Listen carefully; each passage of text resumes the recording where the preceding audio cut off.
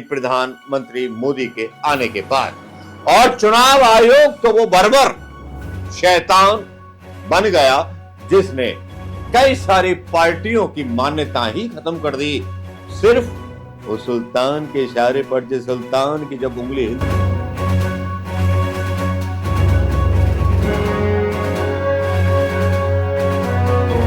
दोस्तों, जैसे कि मैं आप जानते होंगे सभी के सुप्रीम कोर्ट के ऑर्डर्स थे कि चुनाव आयुक्त को चुनने की प्रक्रिया में जो है एक विपक्ष का नेता होगा, एक चीफ जस्टिस ऑफ इंडिया होगा और एक प्रधानमंत्री होंगे। लेकिन सरकार ने कैबिनेट में एक और बिल पास कराया और अपने हिसाब से चुन लिया जिसको चुनना था। अब जिन चुनाव आयुक्तों को चुना है, जिसमें बात आ रही है कि मुख्य चुनाव आयुक्त जो है सुशील चंद्रा, और जो हैं एक और हैं जिनका नाम है, जिन्होंने निर्णय दिया है, राजीव। दोस्तों नमस्कार, राम राम, जय हिंद और सत श्री अकाल, अस्सलाम वालेकुम। अस्सलाम वालेकुम इसलिए बोलना पड़ रहा है भैया कि सलाम कर दिया है हिंदुस्तान के चुनाव आयोग ने हिंदुस्तान के लोकतंत्र को। जी हां, उस हिंदुस्तान के लोकतंत्र को, जिस लोकतंत्र को 70 सालों में बचाया था कांग्रेस ने, जिसने मौका दिया था विपक्षी दलों को भी लड़ने का, जिसने विपक्षी दलों को मौका देने के बाद कई बार कांग्रेस ने हार खाई, कई बार कांग्रेस ने इमरजेंसी झेली, कई बार कांग्रेस ने विरोध सहे, कई बार कांग्रेस ने अन्ना जैसे लल्लुओं को आंदोलन करने दिया, और कई बार कांग्रेस ने रामदेव बाबा को जो है आंदोलन करने दिया। जो रामदेव बाबा बड़ा व्यापारी बन गया, बड़ी बड़ी कंपनियां निकल आई प्रधानमंत्री मोदी के आने के बाद, और चुनाव आयोग तो वो बर्बर शैतान बन गया जिसने कई सारी पार्टियों की मान्यता ही खत्म कर दी, सिर्फ वो सुल्तान के इशारे पर। जिस सुल्तान की जब उंगली हिलती है तो गोदी मीडिया भी वही बोलती है। हालांकि एक मर्द है डीवाई चंचूड़, वो बोल देते हैं, कभी कभी बोलते हैं, वो हर बार नहीं बोलते। जब बोल देते हैं तो हम क्लैपिंग करते हैं, उनका स्वागत करते हैं, जैसे कि चंडीगढ़ में वो बोल दी है। लेकिन बात चल रही है आज के बाद, मतलब आज की बात, रात की बात और राज की बात। राज की बात अब क्या रही? राज की बात, राज की बात प्रधानमंत्री मोदी जी के लिए होगी, जिसका खुलासा हम यहां करने आए हैं। हम बड़ी उम्मीदों के साथ जनता की अदालत में आए हैं, और जनता की अदालत में आने का मतलब हमारा सिर्फ इतना है कि जिस तरह से हमारे देश में सारी धज्जियां चुनाव आयोग उड़ा रहा है, चुनाव आयोग फैसले कर रहा है कि किस पार्टी को पार्टी रहने का हक है, किस पार्टी को पार्टी रहने का हक नहीं है। जिस चुनाव आयोग में प्रधानमंत्री मोदी जी के लोग ईवीएम में छेड़छाड़ और ईवीएम के वीडियो के साथ पकड़े जाते हैं चंडीगढ़ में, उस चुनाव आयोग में, जिस चुनाव आयोग में पर्चियां डाली जाती हैं, गोवा में टेस्टिंग के दौरान 18 और निकलती हैं बीजेपी के पक्ष में 99। उस चुनाव आयोग के वो फैसले क्या हिंदुस्तान मंजूर करेगा? हिंदुस्तान की जनता मंजूर करेगी?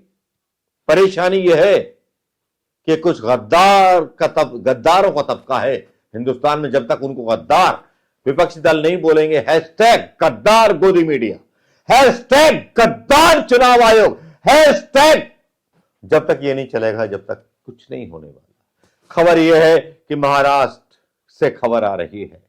महाराष्ट्र से पहले भी खबर आई थी, उस दिन भी हम चुप रहे थे। आज अगर चुप रहे तो बहुत कुछ गड़बड़ हो जाएगी।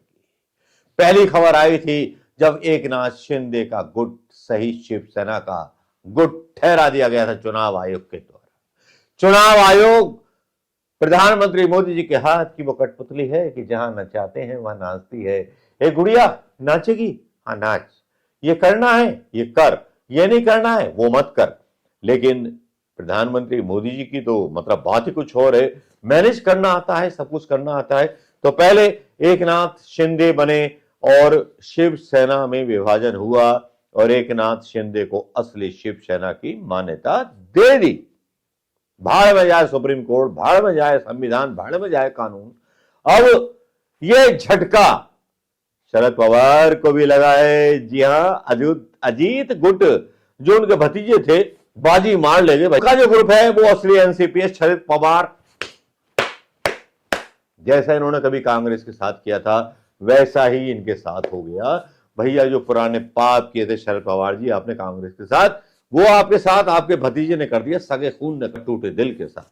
टूटा दिल नहीं है ऐसे नेताओं की पॉलिटिक्स जिनकी कोई विचारधारा नहीं है, जो केवल करप्शन करने के लिए पैदा होते हैं और जिनको प्रधानमंत्री मोदी सपोर्ट करते हैं। क्या इस बारे में कोई अंजना ओम कश्यप या कोई एबीपी न्यूज का बंदा बोलेगा? हाँ, संदीप चौधरी बोल सकता है, लेकिन यहां चुनाव आयोग ने अजीत गुट को असली गुट माना और शरद पवार को बड़ा झटका लगा।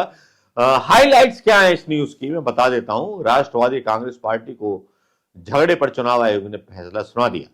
आयोग ने अजीत की अगुवाई वाले खेमे को माना असली एनसीपी। चुनाव आयोग के फैसले से पूर्व कृषि मंत्री शरद पवार को बड़ा झटका। पिछले साल 2 जुलाई को 40 विधायक के साथ अलग हुए थे। अरे दादा के छोरे, जिन पर प्रधानमंत्री मोदी जी ने कई हजार करोड़ रुपए घोटाले का आरोप लगाया था, तो प्रधानमंत्री मोदी जी बधाई एक और घोटालेबाज को लेने के लिए। लेकिन ये नेहरू और इंदिरा गांधी के पीछे मत छुपा करो यार, घोटाले करते हो तो बोला करो ना यार, सब कुछ तो आपके अंडर में, सदन में भी बोलो हाँ मैं घोटाले करता हूं, मैं घोटाला। अब देखिए किस तरह से आवाजों को दबाया जा रहा है। खबर, राष्ट्रवादी कांग्रेस पार्टी के सुप्रीमो शरद पवार को चुनाव आयोग से बड़ा झटका लगा है। आयोग ने अजीत पवार की अगुवाई वाले गुट को असली एनसीपी करार दिया है। चुनाव आयोग ने सुनवाई के बाद अपना फैसला रिजर्व कर लिया था। आयोग ने अपने फैसले से अजीत पवार को राष्ट्रवादी कांग्रेस पार्टी का सिंबल दे दिया है और एनसीपी में टूट के बाद अजीत पवार ने चुनाव आयोग पर दावा ठोका था। इसके बाद आयोग में सुनवाई हुई। आयोग के फैसले के बाद अजीत पवार ही खेमा ही असली एनसीपी होगा। आयोग का फैसला ऐसे वक्त पर आया है जब महाराष्ट्र विधानसभा स्पीकर राहुल नार्वेकर को 15 फरवरी तक एनसीपी विधायकों की अयोग्यता का फैसला सुनाना है ना सेटिंग। सुप्रीम कोर्ट ने मांगा था जवाब, चुनाव आयोग ने दे दिया जवाब। सब कुछ उल्टा पुल्टा है हिंदुस्तान में। प्रधानमंत्री मोदी के इशारे पर ही सारी चीजें होती हैं। चाहे वो 500 करोड़ का बंगला अमित शाह का बेटा खरीद ले दुबई में, उसके बारे में तो बात नहीं होती। राहुल गांधी ने कोई खरीदा था क्या, या प्रियंका गांधी ने खरीदा था, या किसी और ने, तेजस्वी ने या अखिलेश यादव ने खरीदा था क्या? खरीदा क्या? नहीं खरीदा होगा। लेकिन देखिए चुनाव आयोग की करामात और चुनाव आयोग का फैसला क्या हिंदुस्तान की जनता को पसंद आएगा? मैं जनता की अदालत से सवाल पूछता हूं, मैं कमेंट करने के लिए आपसे पूछता हूं, बताइए कि चुनाव आयोग का यह फैसला कितना जायज है और कितना नाजायज है। पहले शिवसेना गई, उसके बाद एनसीपी गई, इसके बाद ममता बनर्जी आपकी बारी है, उसके बाद पता नहीं कितनी क्षेत्रीय दलों की पार्टी बारी है, मतलब क्षेत्रीय दलों की बारी है। देखते रहिए, उजड़ जाओगे सब जिन्होंने उजाड़ा है लोकतंत्र, उजड़ जाओगे सब जिन्होंने उजाड़ा है लोकतंत्र और अपने सत्ता के सपने को संवारने के लिए जिन्होंने ठुकराया है इंडिया गठबंधन। मेरा तो बस यही कहना है दोस्तों, हिंदुस्तान की आवाज और हिंदुस्तान की आवाज बनने के लिए, और वाकई में अगर तानाशाही है तो इस बारे में बात होनी चाहिए। चुनाव आयोग ने जिस तरह की कट्टरता दिखाई है, क्योंकि पहले चुनाव आयोग ने कभी इस तरह के फैसले नहीं लिए जिस तरह के विवादित फैसले चुनाव आयोग प्रधानमंत्री मोदी जी के रिजीम में ले रहा है।